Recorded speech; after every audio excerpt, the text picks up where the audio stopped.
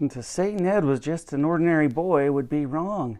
He wasn't ordinary. He was extraordinary. Hey guys, as I'm sitting here thinking about what book do I want to read next, I'm kind of browsing through some books that are new to me. One of them, since I really like our author David Walliams, is the book called Slime. Interesting book. It's about a boy whose life isn't that grand, but he becomes friends with an interesting creature. Maybe that'll be our next book. What book do you plan to read after this? Or what book are you reading now? I'd like to know. But besides that, we are now back for chapters 19 and 20 of David Walliams' Ice Monster. Remember, you do need to pay close attention because at the end, you will be answering questions with complete sentences. All right, guys, let's get started with chapters 19 and 20. Chapter 19, Lightning in a Bottle.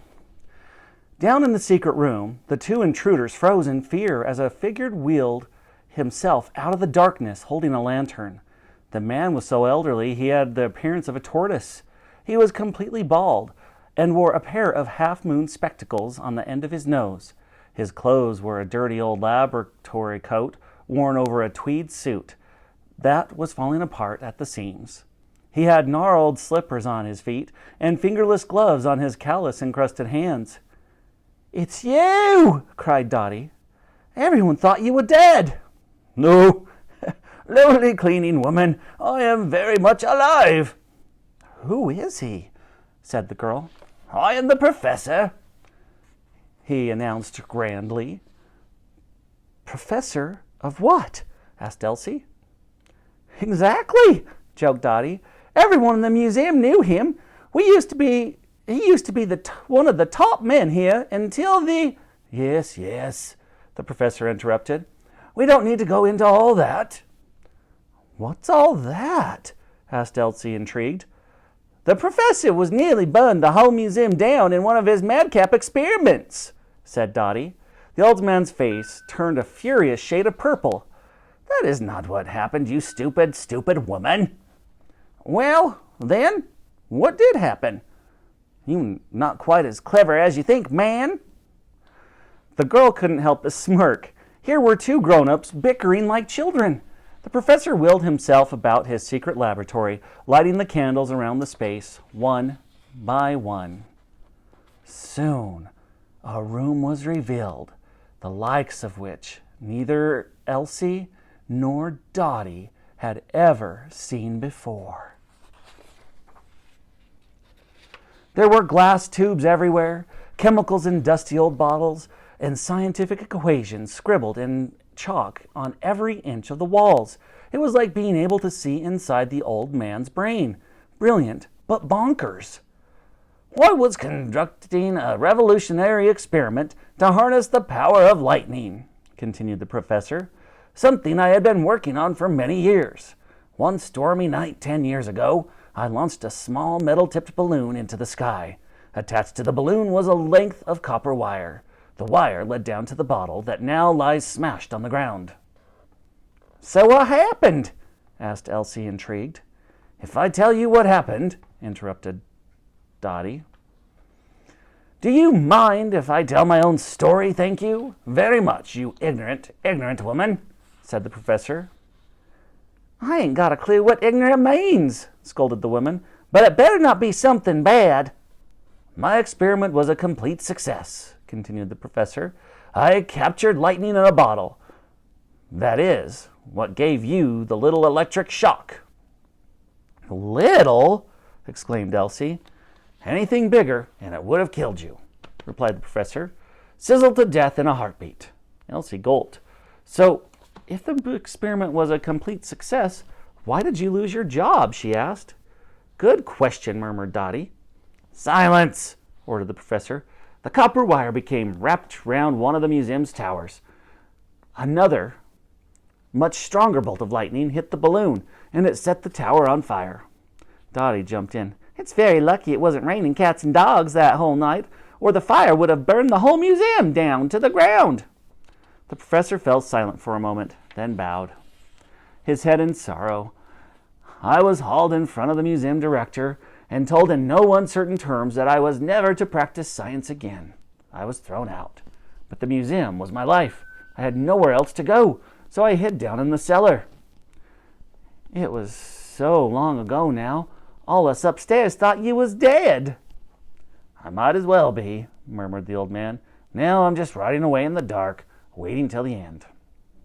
My dream of becoming one of the world's most famous scientists is nothing but ashes. I have more chance of capturing lightning in a bottle.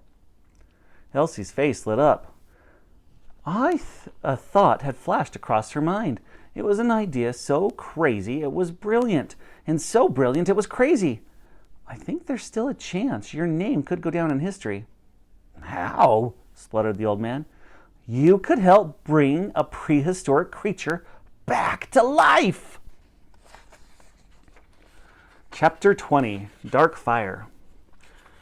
Not the saber-toothed tiger. Not the saber-toothed tiger, exclaimed Dottie. No, laughed Elsie. That's just a skeleton. No, I suppose there's a little help for you that now. You don't mean the mammoth, do you? The mammoth, yes. That is what I said, protested the lady. Mammoth! You want to bring the mammoth upstairs back to life? Yes. So we have a new arrival, do we? Asked the professor. I wonder what all that noise was. Bringing it back to life is madness, exclaimed Dottie. Good madness or bad madness? Asked Elsie. Is there a good kind? Yes. Listen, that creature has been perfectly preserved for 10,000 years. It looks like it snuffed yesterday, right? Dottie nodded her head. So surely with the professor's lightning-catching thingy-me-jig, we could give the ginormous shock and restart its heart. Elsie and Dottie looked at the professor. He was a science expert after all, even though he had very nearly burned down the Natural History Museum down to the ground. His old eyes lit up with dark fire. He stared straight ahead as the plan began to take shape in his mind. This is a genius idea of mine, he whispered. Elsie looked mightily confused. Wasn't it her idea? I can use my lightning technology to create life. The dream of all scientists since the dawn of time, to be God. I think he's gone to his head a bit, murmured Dottie. I will go down in history as the greatest scientist of my age. No, of all time. Isaac Newton? An apple fell on your head and you came up with the idea of gravity? Who cares? Nicholas Copernicus? You discovered that the earth revolves around the sun, rather than the other way around. Big deal. Charles Darwin? So you completely changed the way we think about life on earth with your theory of evolution. Duh! They will rip up your books, burn every painting, and tear down your statues, and put up ones of me. Yes, it will all be about me. There was an uncomfortable silence for a moment. Have you finished? Asked Elsie. The professor paused for thought. Yes, you two will be my assistants. You must do everything I say, and be prepared to lay down your lives in the name of science, if need be. Now, come on, there's no time to lose. Instantly, the old man started busying himself about his laboratory, handing pieces of scientific equipment to Elsie, who followed him around like an eager puppy. Dottie looked on in disbelief. Have you two completely lost your minds? She asked. The mind is an abstract construct, replied the professor. What he just said, agreed the girl, not having understood a word. If you do manage to catch a bolt of lightning and somehow bring this mammoth, corrected Elsie. Mammoth? With all that mammoth, that is what mammoth, that is what I said. Bring it to life? What are you going to do with it? It was a good question and stopped both of them in their tracks. Pondered the girl. Well, maybe the mammoth can come and live with you. Dottie went Dottie. With me? I rent a tiny attic room in a boarding house. There's a no dogs or cats rule. What about no mammoths rule? Asked Elsie. No. Well then, there ain't no dinosaurs rule either. I ain't sure the landlady thought she'd need any rules about animals that had been extinct for millions of years. Well, if it can't live with you, Maybe it can come and live with me, said Elsie. You don't have a home. So maybe we can set it free. Elsie noticed the professor smiling to himself. He was hiding something. But what? We can all work out the finer details in good time, he said. First, we have to bring it to life. Now, where did I put my copper wire? Dottie grabbed whatever bit of scientific equipment Elsie was holding and put it down on the counter. Come on, Elsie. This is all going to end in tears, said the lady.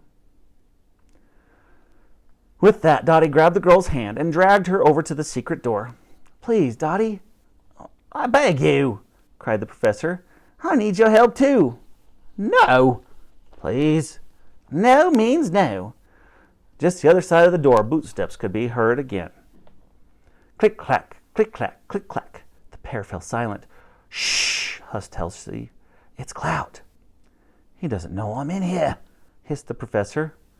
Nobody does if you've let him here, then. Shh, shushed the girl again. All three kept dead still as the bootsteps came to a halt right outside the secret door. Click-clack, click-clack, click-clack. There followed the sound of light tapping. Tap, tap, tap. Dottie held her chest. Her heart was racing. Tap, tap, tap.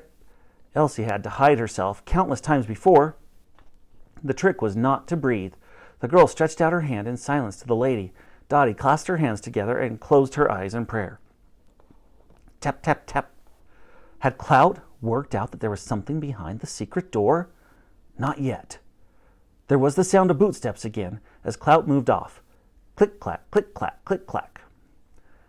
If I know Mr. Clout, he will be back, whispered the professor. We have to move at lightning speed if we want to bring the monster back to life. What could possibly go wrong?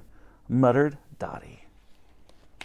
All right, my friends, that is the end of chapters 19 and 20. Now, are you ready?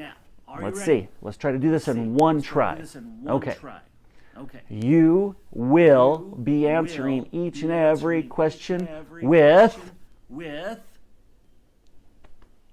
That's right, complete sentences. All right, my friends, have a great rest of your day. Pick up a book when you have a chance. Remember, read 20 minutes every night. And we'll see you tomorrow for chapters 21 and 22. Have a great day.